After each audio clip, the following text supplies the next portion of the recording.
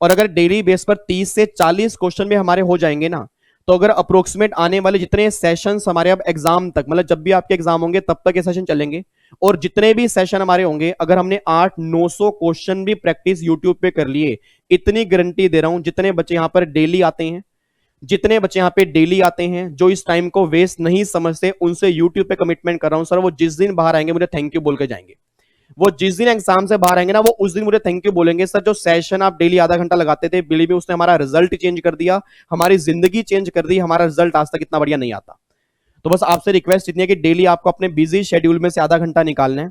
अगर आप अपने बिजी शेड्यूल में से आधा घंटा निकाल दोगे, मेरे लिए बहुत बड़ा काम होगा। करवाना मुझे है, सिर्फ आपने आधा घंटा बैठ के यहां पर सुनना है मेरी बातों को, और अपने माइंड को चेक करना है कि आपने कितनी रिवीजन की है। ठीक है जी, इधर सुना ध्यान से। तो फाइनली आज हमें 30 से 40 क्वेश्चन करने हैं, और सारे क्वेश्चन मैं आपको बिल्कुल अपडेटेड लो से कराऊंगा, विद अमेंडमेंट्स कराऊंगा। जो उसके नए आंसर होंगे वो डिस्कस करेंगे। जो आईसीएसई वालों ने आंसर दिए वो गलत आंसर है, वो पुराने आंसर है, उन्होंने आंसर अपडेट नहीं किए, तो वो सारे आंसर हम क्लास में अपडेट कर लेंगे। ठीक है जी, चलो जी, इधर देखना ध्यान से। अब यहां पे मैं फाइनली आपके सामने फाइल खोलने जा रहा हूं।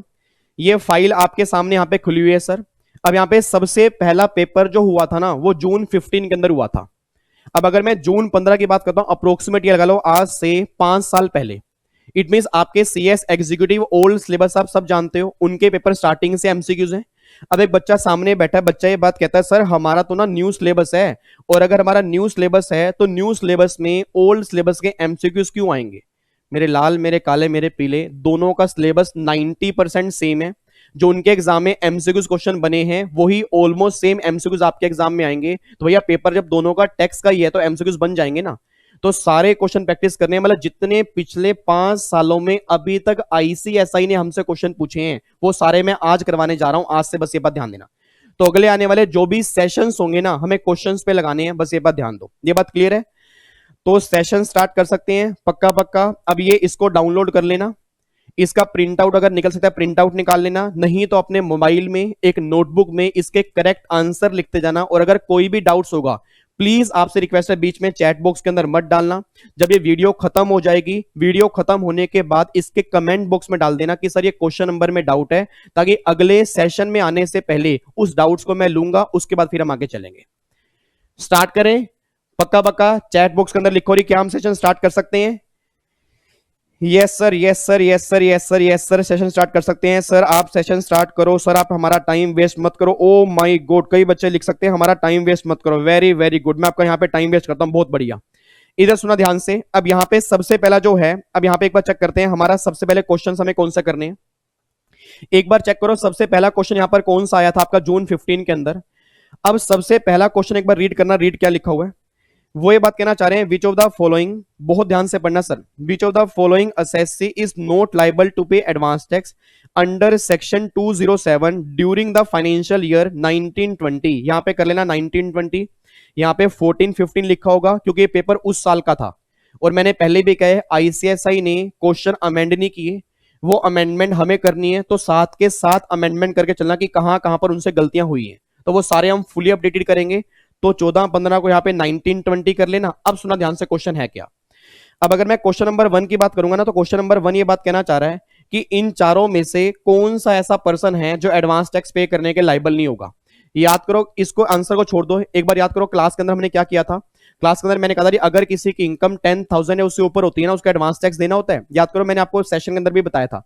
बट मैंने कहा था अगर 4 कंडीशन सेटिस्फाइड होंगी तो उसको एडवांस टैक्स पे नहीं करना। पहली कंडीशन वो इंडिविजुअल है, दूसरी कंडीशन उसकी एज 60 ईयर है उससे ऊपर है, तीसरी कंडीशन उसके बिजनेस की इनकम नहीं है, और चौथी कंडीशन वो इंडिया का रेजिडेंट है।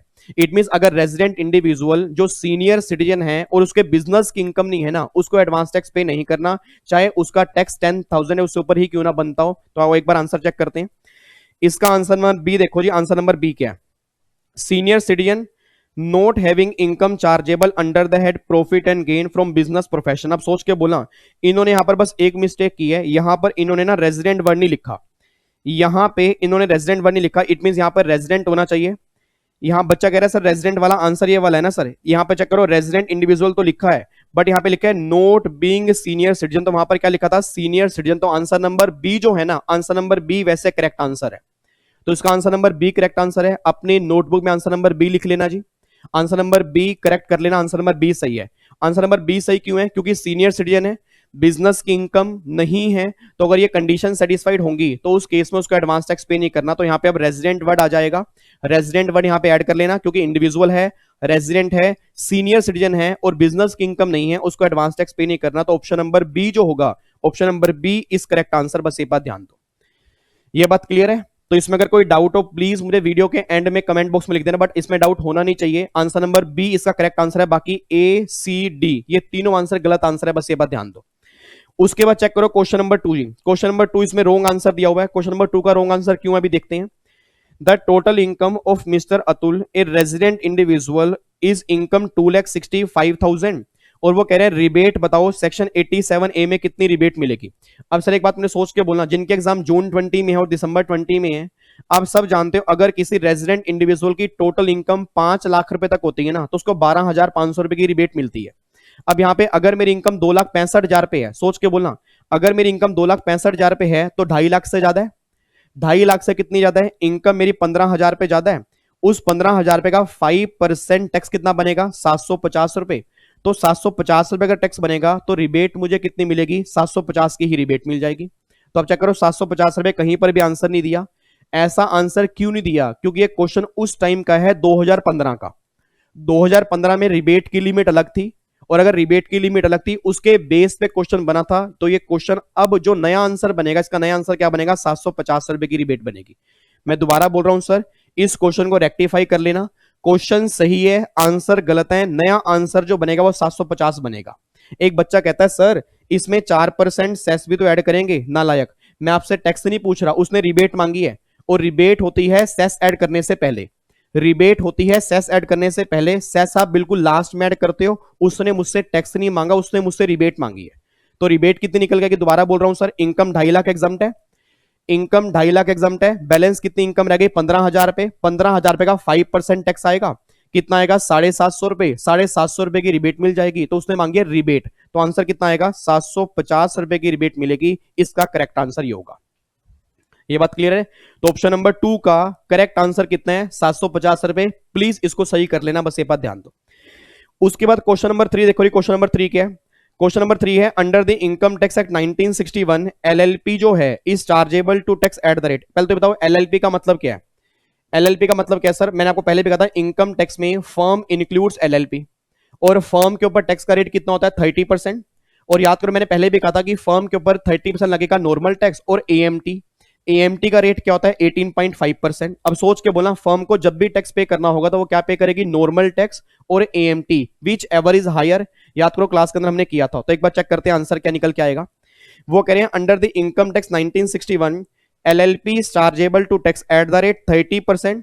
प्लस में ना इन्होंने लिखा हुआ है cess and secondary higher education cess, जो खत्म हो चुका है। अब इन दोनों की जगह क्या आ जाएगा? Health and education cess. तो यहां पे इसको सही कर लेना चाहिए।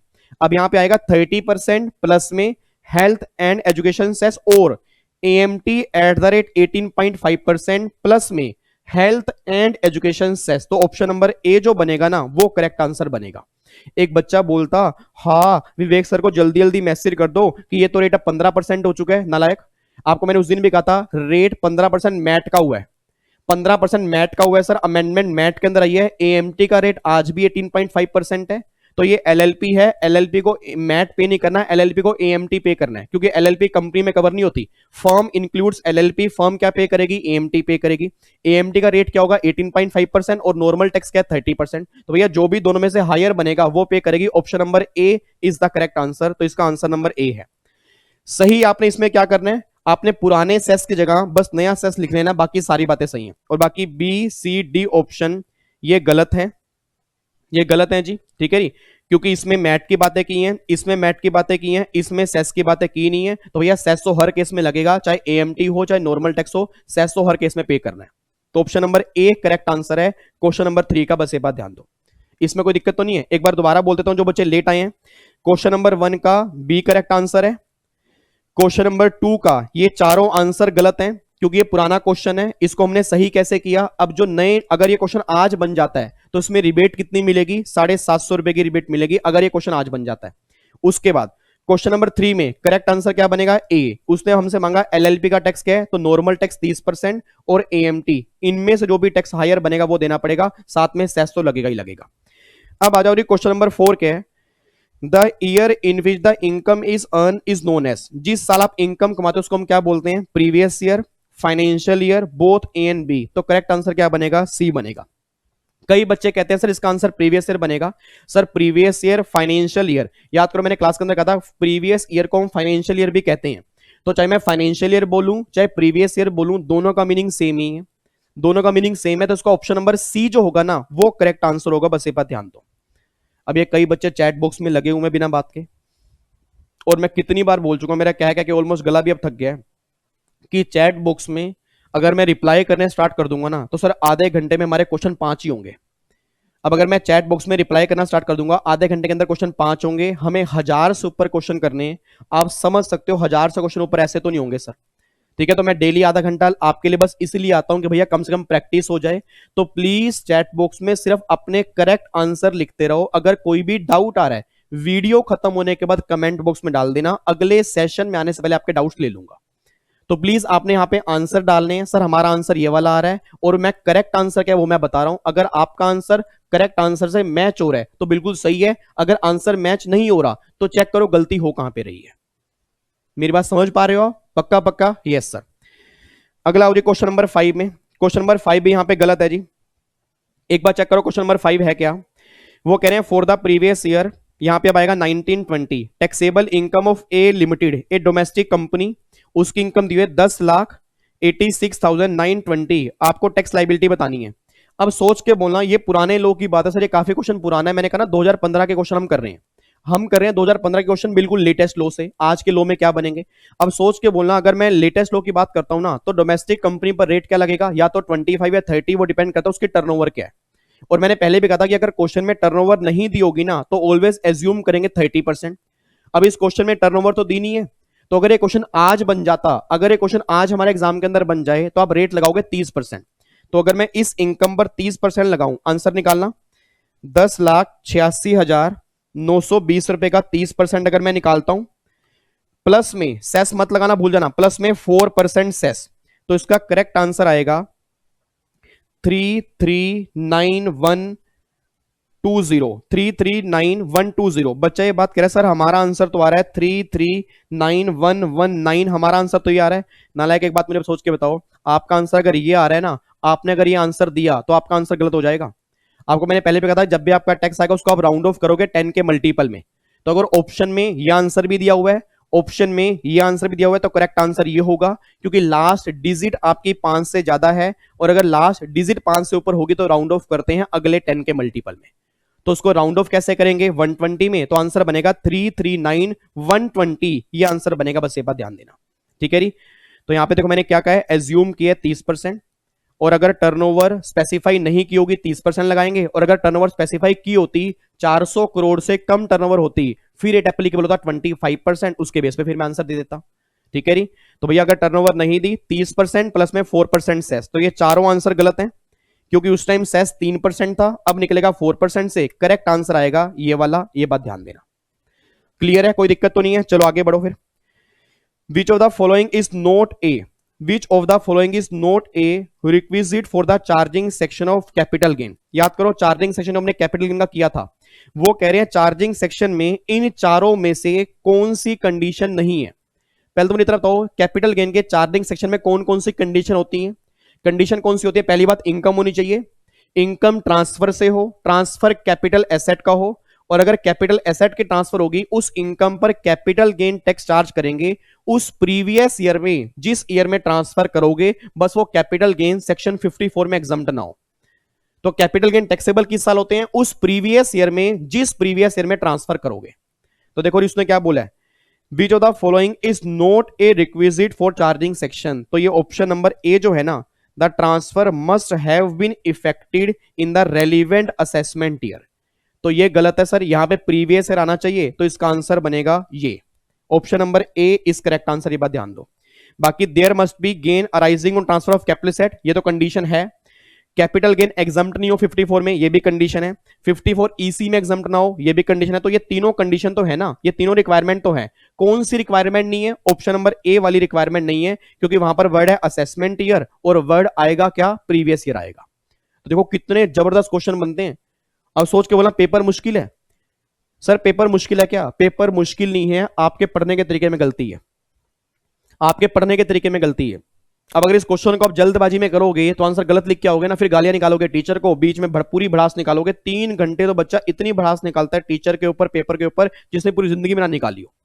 अरे भैया टीचर को अगर गाली देनी है, कुछ भी बोलना है, कम से कम बाहर आके बोलो। पेपर में 3 घंटे तो अपना माइंड से लगाओ। अगर 60 क्वेश्चन आसान है तो 60 तो कर लो, 70 तो कर लो, 80 तो कर लो। नहीं सर हम वो नहीं करेंगे, जो 20 नंबर का हमारा किया हुआ नहीं आया ना, पूरा 3 घंटे मुझ पर लगा देंगे। इसी चक्कर में नंबर आते हैं 15-20। तो जिन बच्चों के 15-15, 20-20, 40 नंबर आ रहे हैं, वो इस चक्कर में ही आ रहे हैं। वो 60 क्वेश्चन नहीं देखते, वो 40 क्वेश्चन पे ध्यान लगाते हैं। या तो उनके वो देखे वो नहीं आते, पेपर बाहर से आ जाता है। तो भैया 40 की बजाय ना अगर 60 पे ध्यान लगाओगे तो वो 40 भी आसान बन जाएंगे। तो सबसे सिंपल सी बात बोल रहा हूं कि जब भी क्वेश्चन रीड करो, क्वेश्चन बहुत ध्यान से रीड करो कि क्वेश्चन रीड कैसे करना है। ठीक है जी। तो इसका आंसर क्या बनेगा? Option number A. आगे देखो, आगे question number 7, in order to enjoy exemption under section 54 EC the resultant long term capital gain should be invested in the specified bonds within a period of 6 month. इसका answer तो बिल्कुल simple है, 6 महीने। याद करो 54 EC में अगर bonds के अंदर इन्वेस्टमेंट करते हैं तो कितना टाइम मिलता है? 6 महीने का। तो option number C is correct answer, 7 का सी आएगा जी। उसके बाद option number A, which of the following is not correct, not correct about the approve superannuation fund. इसमें से कौन सी स्टेटमेंट करेक्ट नहीं है? Option number B, option number B देखो क्या जी, any amount contribution by the employer is exempt from tax. वो कह रहे हैं अगर एम्प्लॉयर सुपर एनुएशन फंड में जितना मर्जी अमाउंट कंट्रीब्यूट कर दे वो एग्जम्प्ट है। झूठ बोल रहा है, झूठ बोल रहा है। याद करो मैंने आपको पहले भी कहा था 1.5 लाख रुपए तक। याद करो सैलरी का चैप्टर परक्यूजिट, सैलरी का चैप्टर परक्यूजिट मैंने कहा था अगर 1.5 लाख रुपए तक कंट्रीब्यूट करेगा फिर तो एग्जम्प्ट होगा, अगर 1.5 लाख से ऊपर कंट्रीब्यूट करेगा फिर वो टैक्सेबल होगा। तो ये कह रहे हैं सारा एग्जम्प्ट है। तो भैया झूठ बोल रहा है, और उसने पूछा ही क्या है, झूठ क्या बोल रहा है। तो झूठ में क्या आएगा? Option number B. बाकी ये तीनों पॉइंट सही हैं, तीनों पॉइंट बिल्कुल सही है। तो option number B is the correct answer. उसके बाद देखो जी क्वेश्चन नंबर 9, क्वेश्चन नंबर 9 है, Ashraf is an employee of Moon Public Limited. His daughter Zara is studying in the said school. is a concessional fees 6,000 per month और उसकी actual fees है 4,000 per month. अब सोच के बोलना 4,000 per month उसकी actual fees है, जिसमें 600 रुपए पर मंथ कंसेशनल है। तो ये अगर मैं इसमें से माइनस कर दूंगा, 4,000 फीस हमें टैक्सेबल करनी है, 600 रुपए कंसेशनल, 600 तो मिल गए हैं मुझे, तो बैलेंस टैक्सेबल कितना हो गया? 3,400। तो अगर मैं 3,400 को 12 से मल्टीप्लाई करूंगा तो 40,800 रुपए ये आंसर निकल के आएगा। याद करो सैलरी के चैप्टर में परक्यूजिट मैंने क्या था ना आपको, मैंने कहा था जितने एक्चुअल एक्सपेंडिचर होंगे, जितने एक्चुअल एक्सपेंडिचर होंगे, एक्चुअल एक्सपेंडिचर कितने हैं? 4,000। उसमें से एम्प्लॉय ने कितना पे कर दिया? 600 पे कर दिया। तो भैया 4,000 में से अगर मैं 600 माइनस कर दूंगा तो 3,400 टैक्सेबल होगा। 34 मल्टीप्लाई 12 कितना हो गया? 40,800 रुपए ये आंसर निकल के आ जाएगा। ठीक है जी, ये ऑप्शन क्वेश्चन नंबर 9 है हमारा। उसके बाद देखो क्वेश्चन नंबर 10, क्वेश्चन नंबर 10 में है Ashok took an interest free loan of 15,000 from B limited the employer. लो जी, एम्प्लॉयर ने एम्प्लॉय को लोन दिया 15,000 पे, एम्प्लॉयर ने एम्प्लॉय को लोन दिया 15,000 पे। याद करो मैंने क्लास के अंदर क्या कहा था, अगर लोन 20,000 रुपए तक का होगा, अगर लोन 20,000 रुपए तक का होगा तो एम्प्लॉय के हाथ में कोई भी परक्यूजिट टैक्सेबल नहीं होगा। तो सोच के बोला लोन कितने का है? 15,000 रुपए का। और अगर लोन 15,000 रुपए का है तो एम्प्लॉय के हाथ में कुछ भी टैक्सेबल नहीं करना। उसने हमसे मांगा क्या है कि परक्यूजिट बता दो एम्प्लॉय के हाथ में। भैया परक्यूजिट आएगा ही नहीं, परक्यूजिट आएगा ही नहीं, क्योंकि अगर लोन 20,000 से ऊपर का होता फिर टैक्सेबल करते। अगर लोन ही 20,000 रुपए तक का है तो नॉन टैक्सेबल, इट मींस इस केस में कुछ भी टैक्सेबल नहीं होगा। तो यहां पे टैक्सेबल कितना आएगा? नील। 10 का आंसर बनेगा सी। 10 का ऑप्शन क्या बन जाएगा? सी। कुछ भी टैक्सेबल नहीं होगा, बस ये बात ध्यान दो। उसके बाद देखो जी, एम्प्लॉयर ने एम्प्लॉय को गिफ्ट दिया, एम्प्लॉयर ने एम्प्लॉय को गिफ्ट दिया 20,000 रुपए की वॉच। वॉच की बात मैं करूंगा तो वॉच क्या है? हाँ जी, मनी फॉर्म में, इन काइंड फॉर्म में, इन काइंड फॉर्म में। याद करो क्लास के अंदर मैंने क्या कहा था, इन काइंड फॉर्म में लिमिट होती है 5,000 की। इट मींस अगर गिफ्ट मिलेगा मनी फॉर्म में फिर तो वो स्टार्टिंग से ही टैक्सेबल है, कोई 5,000 रुपए की लिमिट नहीं है। सर अगर गिफ्ट मिलेगा मनी फॉर्म में फिर 5,000 की कोई लिमिट नहीं होती, याद करो। बट अगर गिफ्ट मिलेगा नॉन मनी फॉर्म में तो 5,000 की लिमिट होती है। 20,000 रुपए की वॉच है तो 5,000 रुपए एग्जम्प्ट है, 15,000 रुपए क्या बन जाएगा टैक्सेबल। तो आंसर क्या निकल के आएगा 15,000 रुपए। 11 का आंसर निकल के आ जाएगा ए। ये हमारा आंसर निकल के आ रहा है। बताओ क्वेश्चन गिरे गिरे आंसर। अब अगर आप इसको भी मुश्किल कहते हो, अब जिन बच्चों के मुश्किल लग रहे हैं ना, ये उन्हें ही मुश्किल लग रहे हैं जिन्होंने अभी तक कोई रिवीजन नहीं की है और यहाँ पे सेशन देखने आ गए हैं और रिवीजन नहीं की। वो कह रहे हैं कि डायरेक्टली हम क्वेश्चन देखेंगे। ऐसे बच्चे होते हैं रटने वाले जिनके रिजल्ट नहीं आते। तो भैया मेरी बात आपको बुरी लग रही होगी और मुझे पता है कि सेशन में डे बाय डे जो बच्चा कम हो रहा है ना, उसका रीजन एक है कि या तो उसने पहले रिवीजन की नहीं, या मुझे ये पता है कि वो ये नहीं बोल सकता कि मेरे सेशन से फायदा नहीं होता सर, क्योंकि मेरा दिल ये बात जानता है कि जब मैं पौना 40 से 45 मिनट आपको दिल से पढ़ाता हूं, मैं आपको दिल से पढ़ाता हूं सर, और मुझे पता है फायदा मिलता है। ये कई बच्चों को फायदा नहीं मिल रहा, मुझे समझ नहीं आ रहा क्यों नहीं मिल रहा। तो जो बच्चे डे बाय डे कम हो रहे हैं ना, वो या तो उन्होंने कभी रिवीजन की नहीं है या वो सिर्फ घूमने फिरने के लिए आते हैं। अब जो क्वेश्चन जो सोच के बोला, जिन बच्चों ने 11 क्वेश्चन किए होंगे, अगर उन्हें समझ में कुछ भी नहीं आ रहा तो कॉन्फिडेंस लूज तो होगा ही होगा ना। और समझ में क्यों नहीं आ रहा, क्योंकि उन्होंने रिवीजन नहीं की। तो भैया अभी भी टाइम है, पूरा 1 महीना पड़ा है, अच्छे से प्रोविजन रिवाइज कर लो, अच्छे से रिवाइज कर लो, अच्छे से रिवाइज कर लो, कॉन्सेप्ट क्लियर कर लो, तब क्वेश्चन करना। डायरेक्टली अगर क्वेश्चन करोगे समझ में कुछ भी नहीं आएगा। तो जो ये बातें मैं बोल रहा हूं ना, जिन बच्चों ने रिवाइज की हैं उनको सारी बातें समझ में आ रही हैं, क्योंकि सर ये क्वेश्चन मिक्स है यार। ये क्वेश्चन ऐसा नहीं है कि आज हम करेंगे रेजिडेंशियल के, आज हम करेंगे सैलरी के, आज हम करेंगे पीजीपी के। ये मैं करवा रहा हूं आपको आईसीएसआई के। ये बिल्कुल मॉक टेस्ट पेपर है। क्वेश्चन मिक्स क्वेश्चन है हर चैप्टर के, और अगर आपने सारे चैप्टर ही रिवाइज नहीं किए, अगर अभी तक आपने सिलेबस ही रिवाइज नहीं किया और आप डायरेक्टली पढ़ोगे तो कॉन्फिडेंस लूज हो जाएगा आपका। तो प्लीज आपसे रिक्वेस्ट है कि पहले आपने डेली रिवीजन करनी है और साथ के साथ यहां पे सेशन अटेंड करना है, बिल्कुल फायदा होगा आपको। ठीक है जी, आगे देखते हैं। क्वेश्चन नंबर 12 देखो जी। क्वेश्चन नंबर 12 क्या है? Shyam transfer Shyam transfer 2000 share of X limited to miss Babita without any consideration letter. उसके बाद Shyam and miss Babita got married to each other. लो जी, श्याम ने अपनी फियांसे को, फियांसे हो गया ना क्योंकि बाद में शादी हुई है, मतलब गर्लफ्रेंड मान लो। अब अपने सोच के बोला, बॉयफ्रेंड ने गर्लफ्रेंड को एसेट दी है और बाद में इन दोनों की शादी हो गई, फिर उसकी वाइफ ने इनकम कमाई, तो क्या क्लबिंग होगी? मैंने पहले भी कहा था क्लबिंग नहीं होगी। याद करो, क्लबिंग कर लो तब लगता है, क्लबिंग तब एग्जिस्ट करती है जब रिलेशनशिप दोनों टाइम एग्जिस्ट करता है। अगर श्याम, ध्यान सुना, अगर श्याम बबीता को जब ये शेयर ट्रांसफर कर रहा है, अगर बबीता उस टाइम उसकी वाइफ होती, बबीता ने जिस टाइम शेयर से इनकम कमाई उस टाइम बबीता उसकी वाइफ है, अगर दोनों टाइम बबीता उसकी वाइफ होगी ना, तब इनकम शाम में क्लब करोगे। रिलेशनशिप इसमें एक टाइम एग्जिस्ट करता है तो क्लबिंग शाम में नहीं होगी। आप चेक कर लो, उसने क्या बोला, जब ट्रांसफर की वो उसकी वाइफ ही नहीं थी, और जब ट्रांसफर कर दी उसके बाद शादी हो गई, तो भैया फिर तो बबीता जो इनकम कमाएगी ना, वो बबीता की इनकम में क्लब होगी, शाम की इनकम में क्लब नहीं होगी। तो उसने हमसे पूछा क्या है? उसने पूछा था dividend income from the share transfer would be never taxable in the hands of Shyam. देखो वही लिखा है जी, श्याम के हाथ में कभी भी टैक्सेबल नहीं होगी, क्योंकि रिलेशनशिप एग्जिस्ट नहीं करता। बस ये बात ध्यान देना, ठीक है जी। तो एक क्लबिंग का क्वेश्चन था, क्लबिंग ऑफ इनकम का। Question number, answer number D इसका करेक्ट आंसर है। आगे देखो जी, Arjun has a salary income 4,60,000, interest की इनकम 18,000 रुपए रिसीव कर रहा है, जिसपे टीडीएस कट चुका है 10%, 2,000 रुपए का, और उसने पीपीएफ में 50,000 रुपए डिपॉजिट किए हैं। उसका नेट इनकम टैक्स लाइबिलिटी बता दो अर्जुन की, असेसमेंट ईयर 2021 अब यहां पे आएगा। इसका आंसर रोंग दिया हुआ है जी, इसका आंसर रोंग है। याद करो, अगर इनकम आज 5 लाख रुपए तक की होती है, अगर इनकम 5 लाख रुपए तक की होती है तो भैया पूरी एग्जम्प्ट होती है, क्योंकि 12,500 की रिबेट मिल जाती है।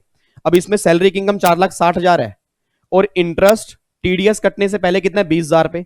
तो 4,60,000 तो सैलरी की इनकम है, 20,000 रुपए इंटरेस्ट की इनकम है, 50,000 रुपए मुझे मिल जाएगी 80C की डिडक्शन पीपीएफ वाली। अब सोच के बोला, जो भी मेरी बैलेंस इनकम निकल के आ रही है 5 लाख से कम है, और अगर इनकम ही 5 लाख से कम है तो 12,500 की पूरी रिबेट मिल जाएगी, टैक्स मेरा बनेगा नील। तो इसका आंसर आएगा नील, इसका करेक्ट आंसर बनेगा नील। और नील को हम ये बोल सकते हैं that is none of the above. यहां पे आंसर आएगा डी, इसका आंसर नील बनेगा जी। मैं दोबारा बोल रहा हूं, इसका आंसर नील कैसे बनेगा? सर ये क्वेश्चन पुराना है, 2015 का है, उसको हम रिवाइज लो से कर रहे हैं, बिल्कुल नए लो से कर रहे हैं। उस टाइम रिबेट की लिमिट अलग होती थी, उस टाइम इसका टैक्स निकलता था। बट अगर मैं जून 20 दिसंबर 20 की बात करूंगा, आज इसका टैक्स नहीं आएगा, क्योंकि अगर इनकम 5 लाख रुपए तक होगी तो भैया रिबेट मिल जाएगी, इसका टैक्स आएगा ही नहीं। तो इसका आंसर बनेगा 0, बस ये बात ध्यान देना, ठीक है जी। आगे देखो जी, क्वेश्चन नंबर 40, ये क्वेश्चन नंबर 14 यहां से काट देना जी। क्वेश्चन नंबर 14 में क्यों कटवा रहा हूं, क्योंकि एक डिडक्शन थी 80 सीसीजी। 80 सीसीजी अब डिडक्शन खत्म हो चुकी है। 80 सीसीजी अब डिडक्शन खत्म हो चुकी है। ये बहुत पुराना क्वेश्चन है, तो अब ये डिडक्शन खत्म हो चुकी है, अभी क्वेश्चन एग्जाम के अंदर बनेगा भी नहीं। तो क्वेश्चन नंबर 14 यहां से आप काट दोगे, ये हमारे एग्जाम में किसी काम का नहीं है। ठीक है जी। उसके बाद क्वेश्चन नंबर 15 पर आओ जी। क्वेश्चन नंबर 15 क्या है? क्वेश्चन नंबर 15 क्या बोल रहा है? Sahil work in a technology company on 1 January 19। He took a loan of 2,40,000 from his company for the education of his daughter during the year 1920। अब यहां पे 1920 हो जाएगा।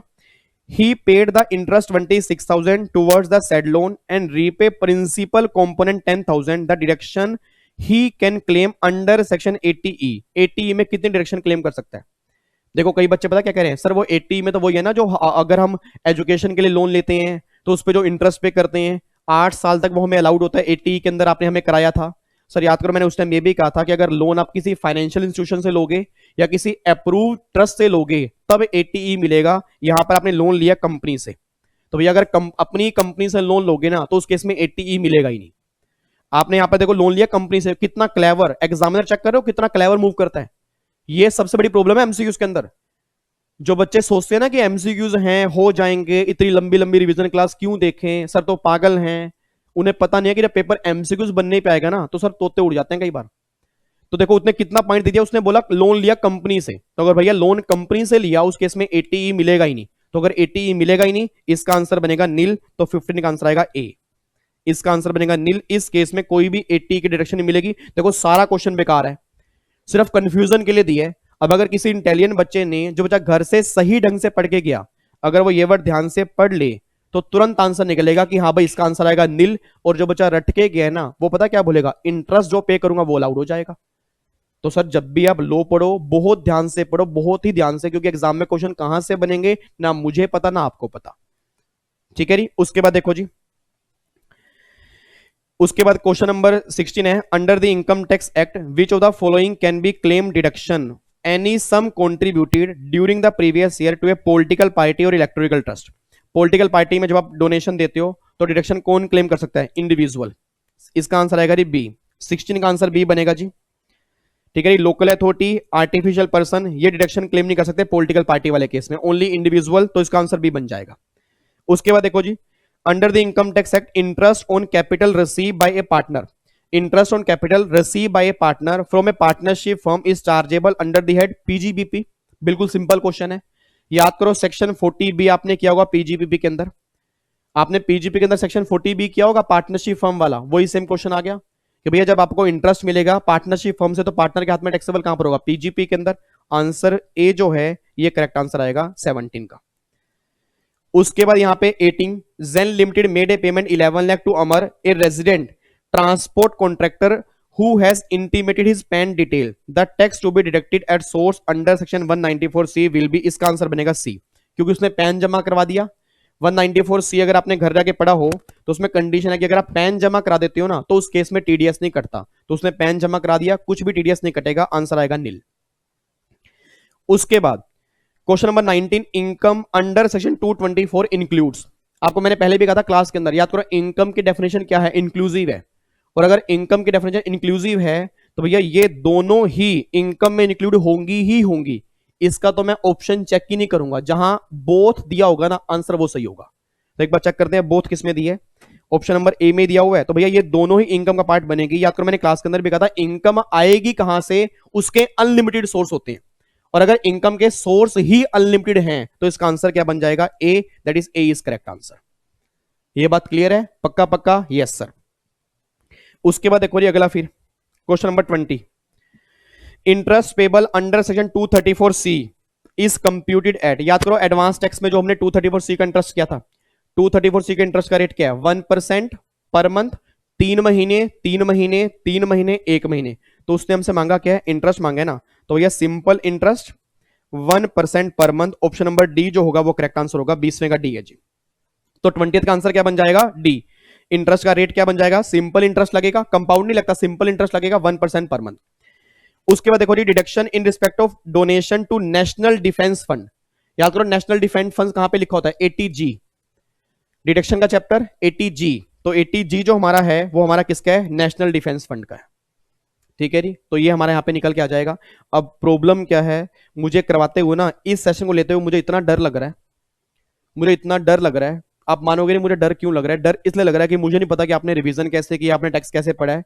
क्योंकि अगर आप डायरेक्टली आप ये क्वेश्चन करते हो, सर मेरा ना वैसे मोटिव था नहीं अभी क्वेश्चन करवाने का, ठीक है, बट बच्चों ने बोला सर क्वेश्चन करा दो, क्वेश्चन करा दो, तो मैं क्वेश्चन करवाने के लिए आ गया। तो आपसे हाथ जोड़ के रिक्वेस्ट है, मैं दोबारा बोलूंगा, प्लीज रिवीजन कर लेना यार, अपने कॉन्सेप्ट क्लियर कर लेना। अपने कॉन्सेप्ट अगर क्लियर नहीं करोगे, क्वेश्चन आपसे नहीं होंगे, बिलीव में क्वेश्चन नहीं होंगे। मैं करवाता जाऊंगा, मेरे एफर्ट्स भी लगते जाएंगे, और अगर एफर्ट्स मेरे लग रहे हैं और उसका फायदा अगर आपको नहीं हो रहा ना, तो मेरे एफर्ट्स बेकार हो जाएंगे। और कई बच्चे कह रहे हैं सर पीजीपी की रिवीजन क्लास डाल दो, डिडक्शन की रिवीजन क्लास डाल दो। सर ऑलरेडी मैंने 19 घंटे की रिवीजन क्लास डाली हुई है, ठीक है, मैंने 19 घंटे की रिवीजन क्लास डाली हुई है। आधे घंटे में मिसलिनियस चैप्टर मैंने सारे आपको रिवाइज करवा दिए हैं। जीएसटी की मैंने 18 घंटे की रिवीजन क्लास डाल दी है। बताओ और मैं क्या करूं। अब आपने जब भी अपने क्लासेस में पढ़ा होगा, तो जो नोट्स आपके पास होंगे बस उसको सही ढंग से पढ़ लो, रिवीजन क्लास देख लो, ठीक है, उसके बाद ये क्वेश्चंस कर लो। क्वेश्चन तो मुझे करवाने ही है, बट उससे पहले मेरी रिक्वेस्ट बस ये है, रिवीजन आप करके आया करो, रिवीजन करके आओ। और अगर अगर हो सके ना, अगर हो सके तो जितने क्वेश्चन आज हम करेंगे उससे अगले 30-40 क्वेश्चन एक बार पहले घर से प्रैक्टिस करके आओ।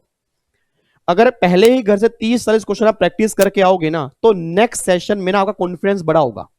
क्योंकि प्रॉब्लम क्या है, आज आप प्रैक्टिस करके आए नहीं, आज ऐसे ही आ गए, बस चल भाई विवेक सर का सेशन है, चल भाई देख लेते हैं विवेक सर क्या कराएंगे। अब डीमोटिवेशन हो रहा है, चैट बॉक्स में चैट करते जा रहे हो, कंट्रोल नहीं हो पा रहा। तो वो क्यों हो रहा है, क्योंकि आपने पहले क्वेश्चन पढ़े नहीं।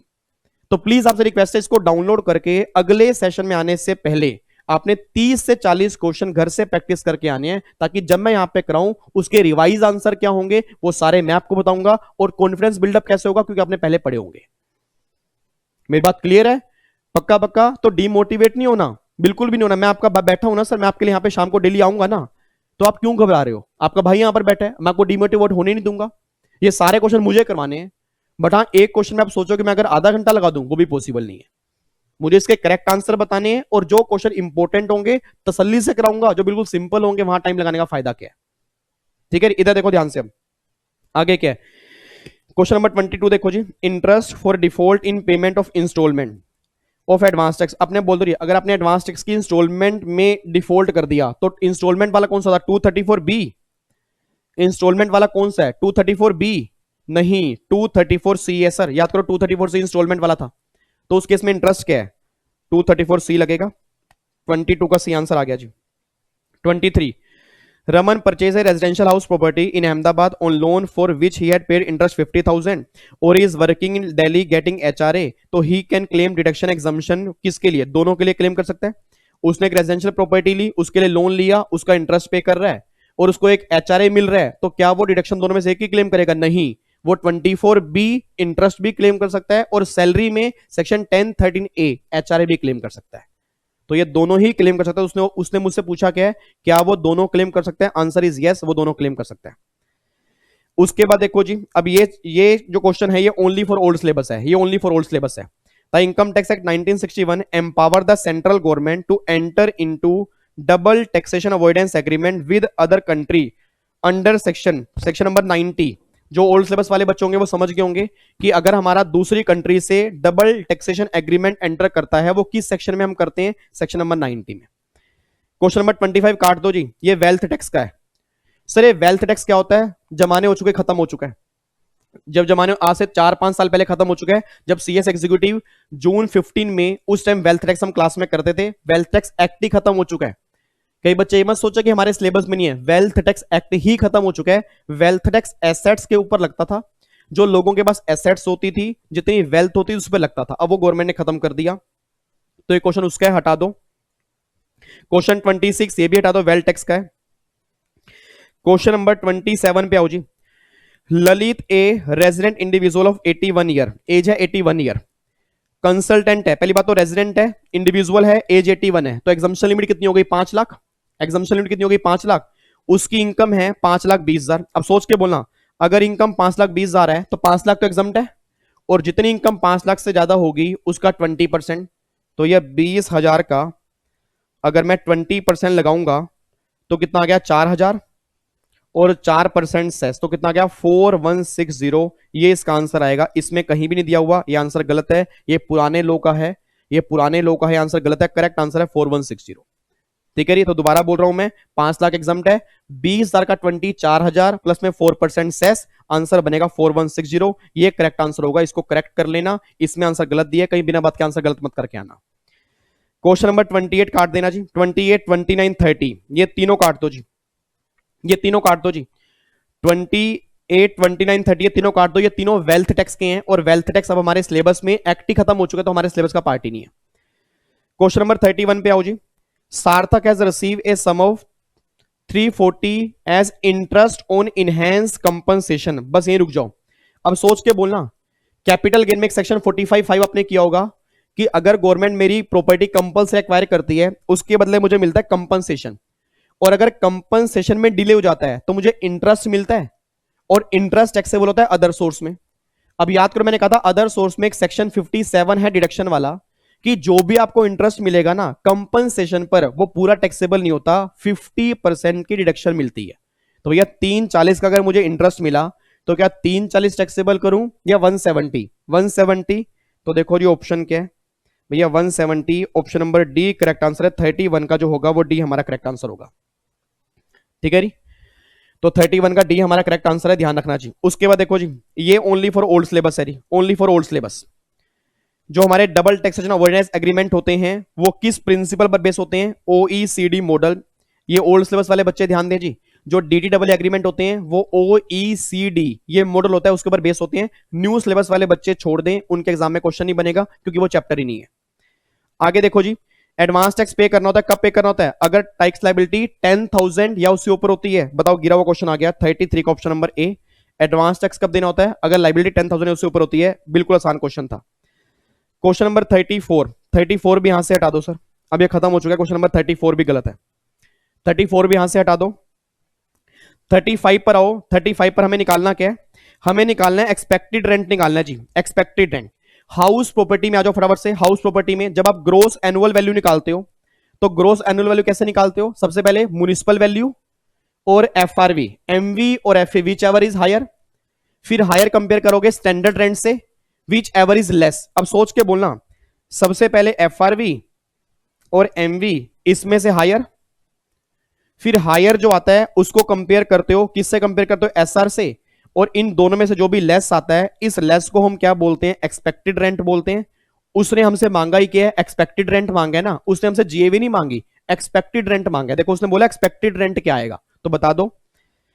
यहां पे देखो उसने लिखा हुआ है ये म्युनिसिपल वैल्यू और ये फेयर रेंटल वैल्यू, तो इनमें से हायर क्या बन गया? 25, और इसमें और इसमें से स्टैंडर्ड में से लेस क्या बन गया? 22। तो बताओ एक्सपेक्टेड कितना आएगा? 22। बताओ, ऐसे ऐसे क्वेश्चन आ रहे हैं कि एक नंबर के अंदर मुझे समझ नहीं आ रहा कि बच्चा क्यों कह रहा है पेपर बाहर से आ रहा है और क्यों कह रहा है पेपर मुश्किल आ रहा है। बच्चा कह रहा है आज के पेपर देखो ना, जो 2019 के अंदर पेपर आया है उसमें आपके भी तोते उड़ जाएंगे। अच्छा अच्छा कोई बात नहीं, आप बोल देते हो, आपका प्यार है, सब कुछ है, सब चिंता मत करो। सारे क्वेश्चन यहाँ पे कराऊंगा और आपको ये दिखाऊंगा कि सारे क्वेश्चन आपने किए हुए हैं, सारे क्वेश्चन आपने किए हुए हैं। बट प्रॉब्लम पता क्या है? वो 3 घंटे में आपका माइंड चलना बंद हो जाता है। ठीक है जी, तो ध्यान रखना। ईआर निकाला है सर, हायर और लेस, लेस मेरा 22 है तो ये आपका ईआर आ गया। तो आज बस हम 35 क्वेश्चन करेंगे जी, आज हम 35 क्वेश्चन करेंगे। कल फिर जो नेक्स्ट सेशन होगा उसमें 35 करेंगे। तो हमारा एक पेपर 70 इनकम टैक्स में आते हैं, 70, इसमें 70 क्वेश्चन इनकम टैक्स के होंगे जी, क्योंकि इस टाइम सर्विस टैक्स बैठ था। सर्विस टैक्स बैठ तो हमारे सिलेबस में ही नहीं है। तो ऐसा करते हैं, पहले इनकम टैक्स हम करेंगे, फिर बाद में हम जीएसटी करेंगे। तो पहले इनकम टैक्स वाले क्वेश्चन करेंगे। तो अगले सेशन में आने से पहले प्लीज आपसे हाथ जोड़ के रिक्वेस्ट है, क्योंकि अब बच्चे बहुत थोड़े से बैठे हैं इस टाइम, मुझे पता है उनका दिमाग खराब हो चुका है। उनको लग रहा है कि भाई साहब ये सर क्या करा रहे हैं, हमें समझ में नहीं आ रहा, ये तो हम खुद ही कर लेंगे, हमें सारे क्वेश्चन आते हैं। अच्छी बात है, बस थोड़ा सा बस ये ध्यान से कर लेना जो बच्चे खुद कर सकते हैं कि इसमें आंसर काफी गलतियां हैं। आईसीएसआई ने अपडेटेड आंसर नहीं दिए, उन्होंने पुराने आंसर डालने हैं, तो प्लीज उसको अपडेट कर लेना अगर आपने खुद करने हैं। नहीं तो मुझे डेली आके करवाने ही हैं, चाहे 10 बच्चे बैठे हो चाहे 15 बच्चे बैठे हो। मेरा फर्ज आपके लिए बनता है, एज ए बड़ा भाई होने के नाते मेरी रिस्पॉन्सिबिलिटी बनती है कि उन 10 बच्चों को भी मैं कराऊं जो बच्चे कम से कम यहां मेरे लिए आए हैं। ठीक है ना? तो अगले सेशन में आने से पहले ये डाउनलोड कर लेना, और ये डाउनलोड करके अगले 35 क्वेश्चन आप एक बार ट्राई करके आओगे। ठीक है जी। उसके आंसर आप खुद लिख के आओगे, फिर मैं यहां पे डिस्कस करूंगा, अपने आंसर चेक करना, फिर कॉन्फिडेंस बिल्डअप होगा। तो मे बी आज का सेशन आपको इतना वर्थफुल ना लगा हो, बट मेरे अकॉर्डिंग बहुत इंपॉर्टेंट था, बहुत इंपॉर्टेंट था। जिन बच्चों को डिमोटिवेशन हुआ, अच्छा है अब वो पढ़ना स्टार्ट करेंगे। अच्छा, अब उनको यहां पे अकल आएगी कि अबे हम टिकटॉक पे वीडियो नहीं बनानी। अच्छा, उनके पास टाइम मिलेगा। मैं तो चाहता हूं कि उनको थोड़ा यहां पे लगे कि हमें पढ़ना है अब।